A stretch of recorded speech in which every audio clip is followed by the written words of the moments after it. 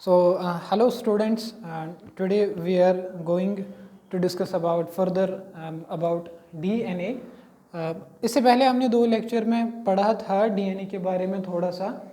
हमने क्या क्या पढ़ा था अभी तक, DNA की लिंकेज कैसे बनती है, DNA के कंपोनेंट्स कौन कौन से होते हैं DNA में देखा था हमने।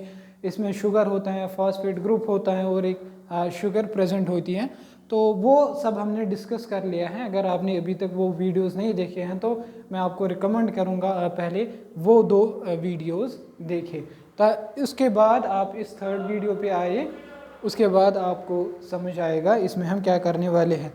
तो मैंने यहाँ पे बना के रखा है जो हमने ऑलरेडी डिस्कस किया हुआ है। तो हमने क्या देखा था, इसमें एक न्यूक्लियोटाइड और दूसरी जो न्यूक्लियोटाइड है वो आपस में कैसे मिलती हैं, वो आपस में कैसे एक पॉलीमरिक स्ट्रक्चर बनाते हैं जिसको हम डीएनए बोलते हैं। तो ये मैंने पिछले वीडियोस में आपको बताया था कि ये स्ट्रक्चर जो है कैसे बनता है।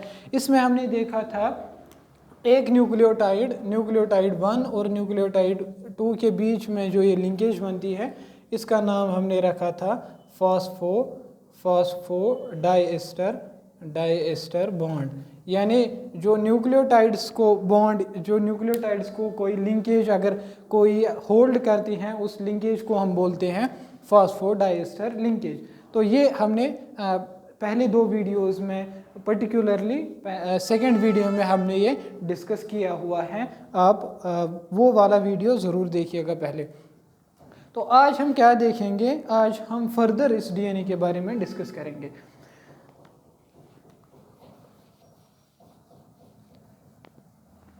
जो आज हम पढ़ेंगे उस तक आने से पहले मैं आपको कुछ पहले बताऊंगा डीएनए के बारे में, जो कि हम तक जिसने पहुंचाया उनको बोलते हैं, उन 2 साइंटिस्ट का नाम है वाटसन एंड क्रिक।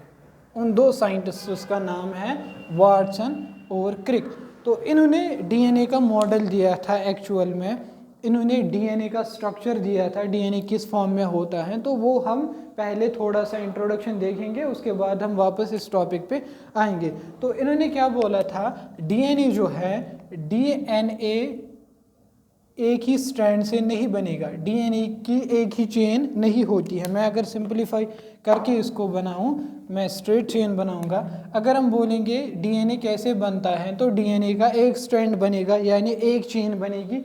जहाँ से हमने ये देखा था पॉलीन्यूक्लियोटाइड्स आपस में मिलेंगे, तो पॉलीन्यूक्लियोटाइड्स और एक न्यूक्लियोटाइड आएगा यहाँ पे, फिर न्यूक्लियोटाइड, उसके बाद फिर से न्यूक्लियोटाइड, तो ये एक चेन बनेगी। तो ऐसे मैंने इसको ऐसे अब रिप्रेजेंट किया, तो ये मैंने एक चेन दिखाई। तो वाटसन और क्रिक ने क्या बोला, डीएनए खाली एक चेन से नहीं बनता है, डीएनए के 2 स्ट्रैंड्स होते हैं, डीएनए के 2 चेन्स होते हैं, यानी एक चेन ये रही और दूसरी चेन ये। इसी तरह अगर हम यहाँ पे दिखाए, एक चेन भी ऐसे ही पॉलीन्यूक्लियोटाइड से बनी होगी और यहाँ से दूसरी चेन भी पॉलीन्यूक्लियोटाइड से बनी होगी। तो ये आपको पहले याद रखना है, डीएनए जो है इसके 2 स्ट्रैंड्स होते हैं। अब ये स्ट्रैंड्स कैसे प्रेजेंट होते हैं, अब डीएनए 2 स्ट्रैंड्स में प्रेजेंट होता है, अभी लीनियर होता है, क्या होता है, इसकी शेप जो होती है वो वाटसन और क्रिक ने बताया, इसकी शेप जो होती है वो हेलिकल फॉर्म में होती है, यानी एक स्प्रिंग टाइप का बना हुआ होता है। एक वो गोल गोल सी सीढ़ी जो होती है उसकी जैसी इसका शेप है। तो ऐसे में दिखाऊंगा, ये हमारा एक स्ट्रैंड बन गया और ये दूसरा स्ट्रैंड हमारा बना। तो डीएनए के 2 स्ट्रैंड्स होते हैं, इसको मैं लिखूंगा स्ट्रैंड 1, तो ये हमारा एक स्ट्रैंड हुआ और ये दूसरा स्ट्रैंड हुआ। तो डीएनए जो है ये 2 स्ट्रैंड्स को मिलाकर बनेगा। तो ये डीएनए की फॉर्म है। अब दूसरा क्वेश्चन है, अब डीएनए की जो शेप है ये हेलिकल है, यानी डीएनए जो बनेगा ये हेलिक्स फॉर्म में बनेगा। अब हेलिक्स के 2 तरीके बनने के हैं। एक तो हो गया राइट हैंडेड फैशन। अब ये हेलिक्स जो होगा ये राइट हैंडेड भी हो सकता है और ये लेफ्ट हैंडेड भी हो सकता है। तो ये जो डीएनए हमारा है ये किस फैशन में, हेलिकल फॉर्म में आया हुआ है, तो हम याद रखेंगे इसमें ये राइट हैंडेड फैशन है। एक्चुअल में अगर हम बात करेंगे तो डीएनए का एक ही टाइप नहीं होता है।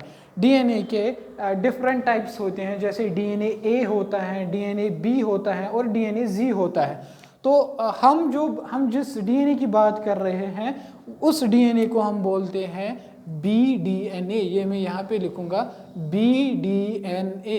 तो ये सारे जो फीचर्स मैं बताऊँगा ये हमारे बीडीएनए के रिलेटेड होगा।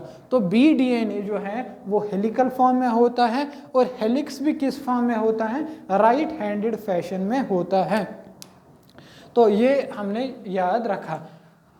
और दूसरी बात क्या है इसमें, इन्होंने क्या बोला, हम यहाँ से देख पा रहे हैं इसमें क्या क्या कॉन्स्टिट्यूएंट्स हैं।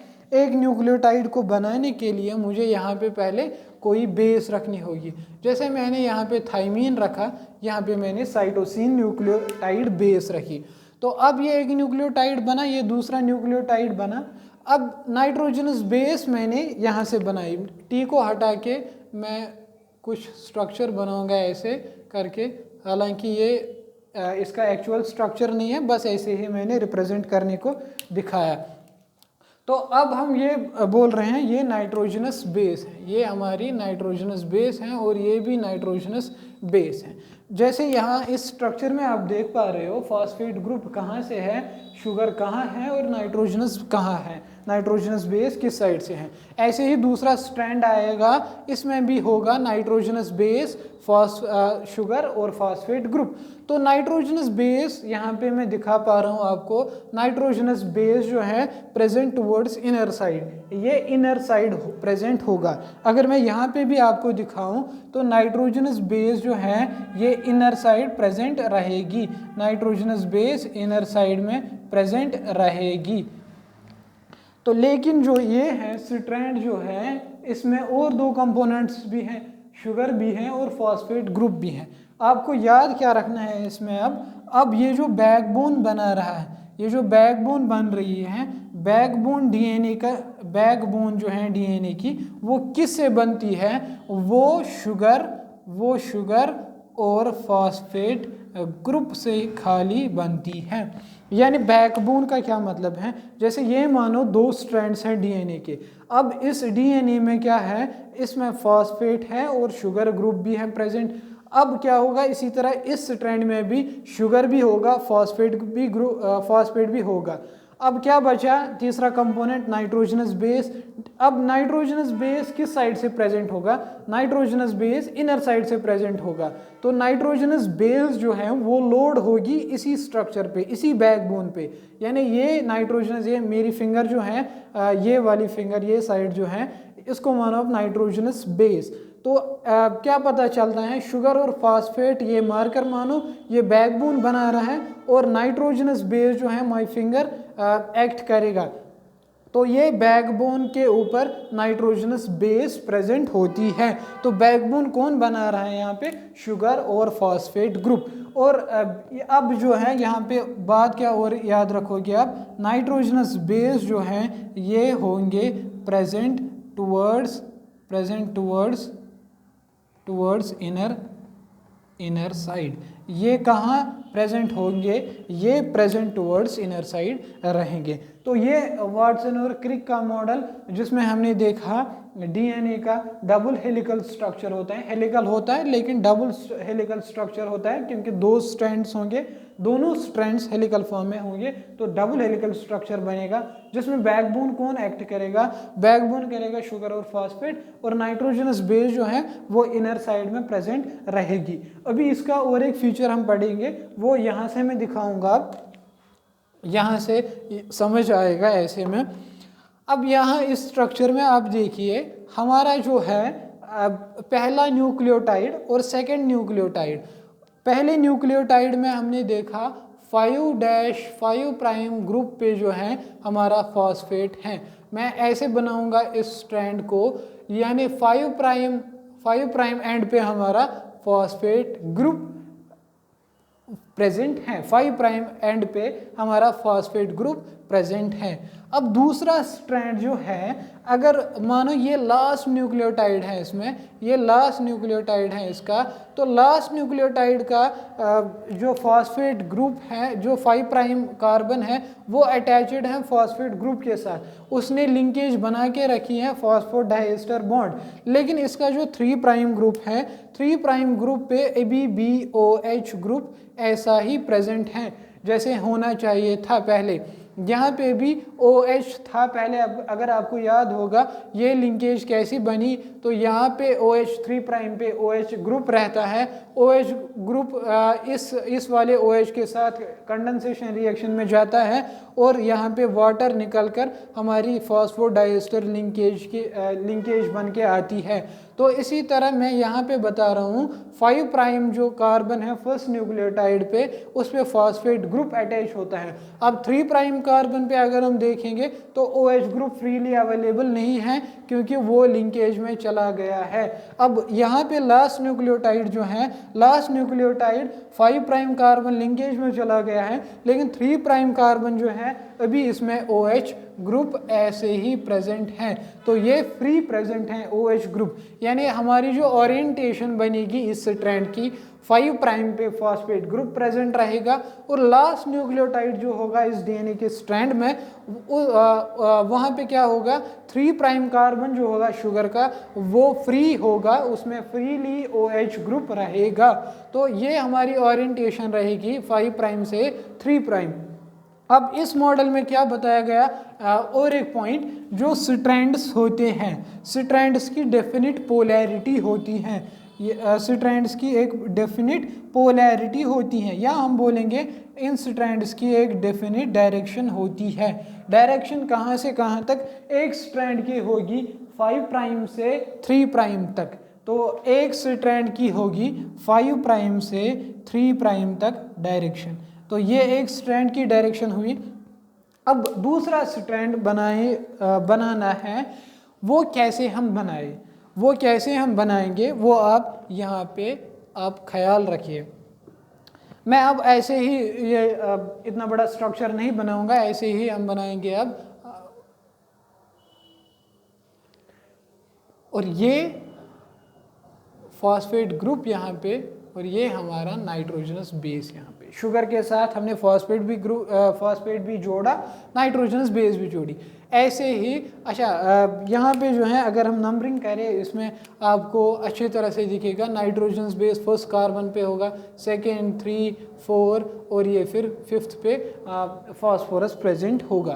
तो जो ये दूसरा न्यूक्लियोटाइड होगा वो किस कार्बन से जुड़ेगा, वो जुड़ेगा इस 3 प्राइम कार्बन से और 5 प्राइम कार्बन, 3 प्राइम और 5 प्राइम। यहाँ पे एक यहाँ पे एक लिंकेज बनेगी जिसको हम बोलते हैं फॉस्फोडाइएस्टर लिंकेज। ये हमारा nitrogenous base as such present रहेगा और यहाँ पे फॉस्फेट ग्रुप भी प्रेजेंट रहेगा। अब हमने पढ़ा था पहले 2 लेक्चर्स में, हमने ये जान लिया था कि हमारे पास 4 types of nitrogenous bases present होती हैं। कौन कौन सा हमने देखा था, थाइमीन रहता है हमारा, साइटोसिन रहता है, और क्या एडेनिन हमारे पास नाइट्रोजनस बेस रहती है, और उसके बाद ग्वानिन। अब ये बात याद रखनी है, थाइमीन जो है हमेशा एक बॉन्ड बनाएगा, एक रिश्ता बनाएगा किसके साथ, एडेनिन के साथ। और इसी तरह साइटोसिन हमेशा एक बॉन्ड बनाएगा, एक रिश्ता बनाएगा हमेशा किसके साथ, ग्वानिन के साथ। तो ये थाइमीन एडेनिन के साथ जुड़ेगा और इसी तरह साइटोसिन ग्वानिन के साथ जुड़ेगा, ये आपको याद रखना है। अब मानो यहाँ पे जो नाइट्रोजनस बेस थी, इस वाले में नाइट्रोजनस बेस थी साइटोसिन, इस वाले में नाइट्रोजनस बेस थी थाइमीन। अब एज पर दिस साइटोसिन के अपोजिट में आना चाहिए, साइटोसिन के अपोजिट स्ट्रैंड में आना चाहिए ग्वानिन। मानो यहाँ पे न्यूक्लियोटाइड ग्वानिन प्रेजेंट है और यहाँ पे थाइमीन है, थाइमीन के अपोजिट में लगेगा एडेनिन। तो ये सारी जो है सारी कंडीशन सेटिस्फाई हो रही हैं। लेकिन मसला क्या है यहाँ पे, मसला है यहाँ पे ये जो ग्वानिन है इसको फेस करना था साइटोसिन की ओर, यानी ये ग्वानिन होना चाहिए इस साइड में, ये एडेनिन होना चाहिए था इस साइड से। तभी ये एडेनिन और थाइमिन के बीच में एक रिश्ता बनता है, एक बॉन्ड बनता। इसी तरह साइटोसिन जो है ग्वानिन के साथ एक बॉन्ड बनाता जब ग्वानिन और साइटोसिन एक दूसरे को फेस कर रहे होते। लेकिन हम क्या देख रहे हैं यहाँ पे, हम देख रहे हैं एडेनिन जो है अपोजिट साइड में प्रेजेंट है, इसी तरह साइटोसिन के अपोजिट साइड में प्रेजेंट है ग्वानिन। अब ये लिंकेज नहीं बना पाएगा। तो ये प्रॉब्लम सॉल्व करने के लिए डीएनए में क्या इसका अल्टरनेटिव रहता है, डीएनए में इस बेस को जो ऐसे थी अभी जो न्यूक्लियोटाइड जो हमारा था ऐसे था, नाइट्रोजन बेस प्रेजेंट थी, यानी यहाँ पे था ग्वानिन था, यहाँ पे फास्फोरस था। अब ये क्या इसमें होता है, अब ये इसको हम टिल्ट करते हैं, इसको हम इस बेस को हम रोटेट करते हैं, यानी ये उल्टी हो जाएगी। ये शुगर जो है ये उल्टी, इसको हम उल्टा करेंगे, उससे क्या होगा, ये ग्वानिन जो है इस साइड आएगा और ये फॉस्फेट ग्रुप जो है ये इस साइड चला जाएगा। ये हम कैसे दिखाएंगे, यहाँ पे आप ध्यान रखिए। अभी तक ये जो है शुगर अभी तक ऐसे था, लेकिन अब हमें क्या करना है उसको, अब इसको हमें उल्टा करना है। तो ऐसे बनाएंगे अब शुगर को, ये हमारा शुगर है, ये हमारा शुगर है। शुगर का फर्स्ट प्राइम कार्बन है, तो यहाँ पे क्या रहेगा, साइटोसिन के अपोजिट में ग्वानिन और यहाँ पे जो है फास्फोरस प्रेजेंट रहेगा। अब सॉल्व प्रॉब्लम हो गई हमारी, ये शुगर को उल्टा करने से ग्वानिन जो है ये फेस कर रहा है अब साइटोसिन को। अब साइटोसिन और ग्वानिन के बीच में एक लिंकेज बनेगी, तो ये लिंकेज फॉर्म करेगा। अब इसी तरह जो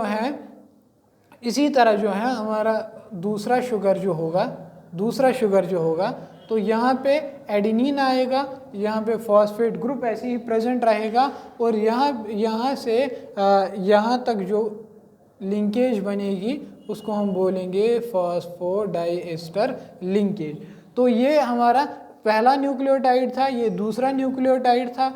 एडेनिन और थाइमिन एक दूसरे को फेस कर रहे हैं, तो यहाँ पे भी एक बॉन्ड बनेगा, यहाँ पे भी एक बॉन्ड बनेगा। तो इस वाले बॉन्ड से क्या हुआ, इस वाले ओरिएंटेशन से क्या हुआ, यहाँ पे बॉन्ड बनना स्टार्ट हुआ, यहाँ पे एक लिंकेज बननी शुरू हुई। तो हमने क्या देखा इसमें, जो पोलैरिटी हम डिस्कस कर रहे हैं, एक स्ट्रैंड की पोलैरिटी हमने बोली थी 5 प्राइम से 3 प्राइम की ओर जाएगा, जो हमने यहाँ पे लिखा भी, एक स्ट्रैंड की पोलैरिटी है 5 प्राइम से लेकर 3 प्राइम तक। अब दूसरा जो स्ट्रैंड है इसमें क्या पोलैरिटी रहेगी, ये हमारा फर्स्ट प्राइम कार्बन है, सेकंड प्राइम है, 3 प्राइम है और यहाँ पे 4 और फिर 5। इसी तरह जो है first prime, second prime, 3 prime, 4 prime और फिर 5 प्राइम। अब यहाँ पे क्या हो रहा है, 3 प्राइम पे OH ग्रुप ऐसे ही प्रेजेंट होगा। क्यों होगा, क्योंकि इसके साथ ऊपर से कोई और न्यूक्लियोटाइड नहीं आएगा जो इस OH को डिकंडेंस करा के वाटर मॉलिक्यूल बाहर निकालेगा।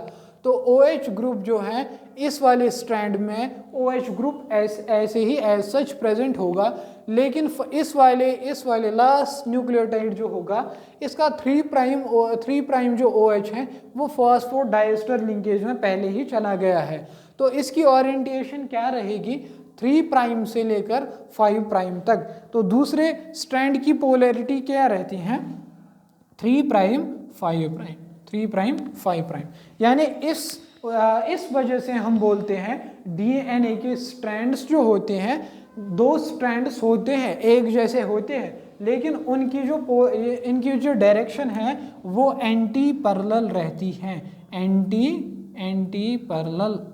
यानी एक स्ट्रैंड की डायरेक्शन जो है वो 5 प्राइम से 3 प्राइम तक रहती है और दूसरे स्ट्रैंड की जो पोलैरिटी है 3 प्राइम से 5 प्राइम तक जाती है, उसकी पोलैरिटी, उसकी डायरेक्शन जो है 3 प्राइम से 5 प्राइम। अब इस वाले स्ट्रैंड में 5 प्राइम जो है, 5 प्राइम पे आप याद रखिए सिंपली 5 प्राइम पे फॉस्फेट ग्रुप प्रेजेंट रहता है। इसी तरह इस स्ट्रैंड में भी 5 प्राइम पे फॉस्फेट ग्रुप प्रेजेंट रहेगा। इसी तरह इस स्ट्रैंड में 3 प्राइम पे क्या रहता है, OH। OH यहाँ पे भी 3 प्राइम पे था, यहाँ पे भी 3 प्राइम पे OH रहेगा। तो हम याद रखेंगे 3 प्राइम कार्बन पे OH फ्री रहता है और इसी तरह यहाँ पे भी 3 प्राइम पे OH ग्रुप रहेगा। और अब ये 3 प्राइम OH पे 3 प्राइम कार्बन पे OH ग्रुप फ्री क्यों रहता है, इसकी एक सिग्निफिकेंस है डीएनए में जो हम आगे डिस्कस करेंगे। तो हमने देखा वाटसन और क्रिक मॉडल में क्या है, डीएनए का स्ट्रक्चर है, डबल हेलिकल स्ट्रक्चर है, बैकबोन बना रहे हैं शुगर और फास्फेट से, नाइट्रोजनस बेस आपस में एक दूसरे को फेस करेंगे। पोलैरिटी क्या है इसमें, 5 प्राइम से 3 प्राइम तक एक स्ट्रैंड की और दूसरे स्ट्रैंड की 3 प्राइम से 5 प्राइम तक, इसीलिए हम इन दोनों स्ट्रैंड्स को बोलते हैं ये एंटी पैरेलल फैशन में है। तो ये हमारा जो है डीएनए के स्ट्रक्चर के मुतालिक था। अब हम कुछ फीचर्स देखेंगे और इस वाटसन और क्रिक मॉडल के बेस्ड कुछ और बातें करेंगे इसमें। तो ये हमने देखा था, ये हमने देखे कुछ हेलिकल, बैकबोन और पोलैरिटी। और इसके बाद आप याद रखिए, अब डीएनए का स्ट्रक्चर ऐसे है, हेलिकल है, हेलिकल है। हमने बोला एंटी पैरेलल, यानी पैरेलल मींस दिस, इन आपस में डिस्टेंस जो है कांस्टेंट रहेगी, जितनी डिस्टेंस यहाँ से यहाँ तक होगी उतनी ही डिस्टेंस यहाँ पे भी होगी इन दोनों के बीच में, तो पैरेलल कहलाएंगे। लेकिन क्योंकि इनकी डायरेक्शन अपोजिट में है, 5 prime 3 prime 5 prime 3 prime 3 prime 5 prime 5 prime 3 prime opposite direction में जा रहे हैं, तो इसलिए हम बोलते हैं एंटी पैरेलल, यानी डिस्टेंस बराबर रहेगी अभी भी, लेकिन क्योंकि डायरेक्शन अपोजिट में है तो एंटी हम साथ में लगा देते हैं।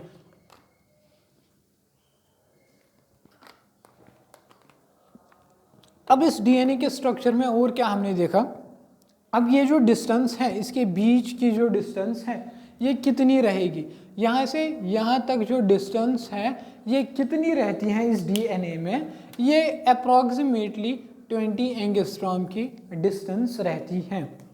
ये डिस्टेंस जो है अप्रॉक्सीमेटली 20 एंगस्ट्रॉम्स की रहती है। बी डीएनए, फिर से मैं याद दिला रहा हूँ, ये बी डीएनए की बात हो रही है जिसमें डिस्टेंस बिटवीन 2 स्ट्रैंड्स आएगा नियरली अबाउट 20 एंगस्ट्रॉम।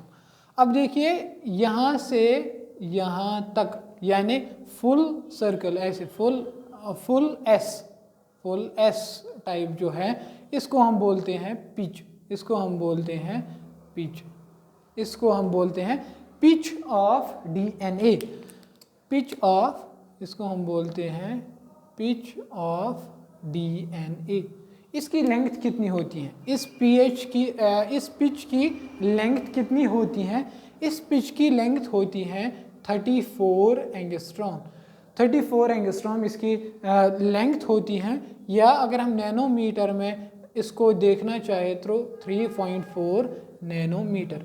नैनोमीटर में कन्वर्ट करने के लिए आपको सिंपली क्या करना होगा, 34 को डिवाइड बाई 10, वो निकल कर आएगा 3.4, यानी इस पिच की लेंथ जो है 34 एंगस्ट्रॉम की है या 3.4 नैनोमीटर की रहेगी।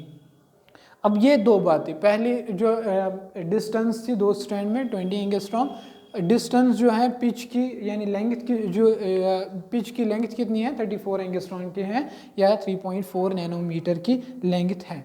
अब इसमें कितने न्यूक्लियोटाइड्स आएंगे, अब इस पिच में कितने न्यूक्लियोटाइड्स आएंगे, वो अप्रॉक्सीमेटली इस पिच में नंबर ऑफ बेस पेयर्स पर पिच, यानी एक पिच में कितने बेस पेयर्स आएंगे, वो अप्रॉक्सीमेटली 10 आते हैं। बेस पेयर का क्या मतलब है, बेस पेयर का मतलब जैसे मैंने अभी बोला, एडेनिन हमेशा बनाएगा बॉन्ड थाइमीन के साथ, यानी एक स्ट्रैंड में अगर होगा एडेनिन, दूसरे स्ट्रैंड में होगा थाइमीन, इसी को फेस कर रहा होगा।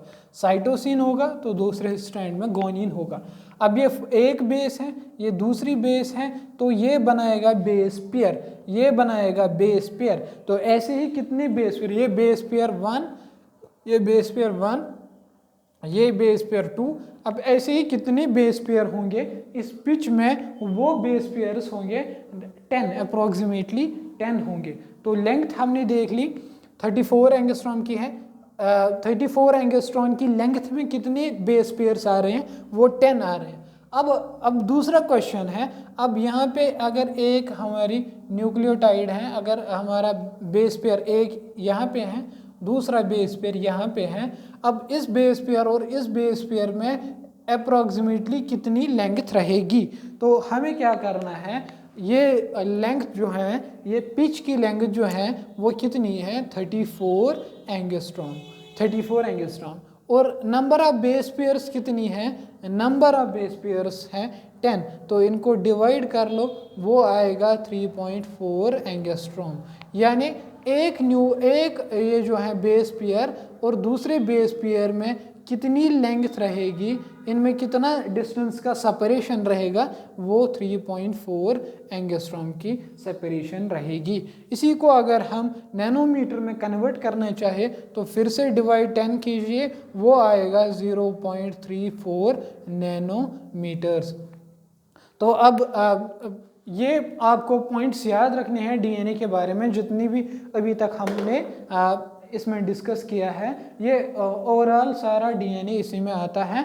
तो ये हमने अब याद रखना है डीएनए के बारे में। जितनी भी बातें हमने इन 3 वीडियोस में करनी है, उन तीनों वीडियोस को देखकर उन बातों को याद रखना है, और ये आपका सारा डीएनए जो है इसमें कवर होगा। अब इसके बाद जो है हम एक समरी देंगे इस डीएनए के स्ट्रक्चर पे, जिसमें सारा कुछ आपको मिल जाएगा, सारी लिंकेजेस मिलेगी, सारे जो पॉइंट्स हमने अभी तक डिस्कस किए वो छोटे से वीडियो में आपको मिलेगी, लेकिन इनका भी देखना ज़रूरी है ताकि आपको कॉन्सेप्ट्स की क्लियरिटी आ जाए।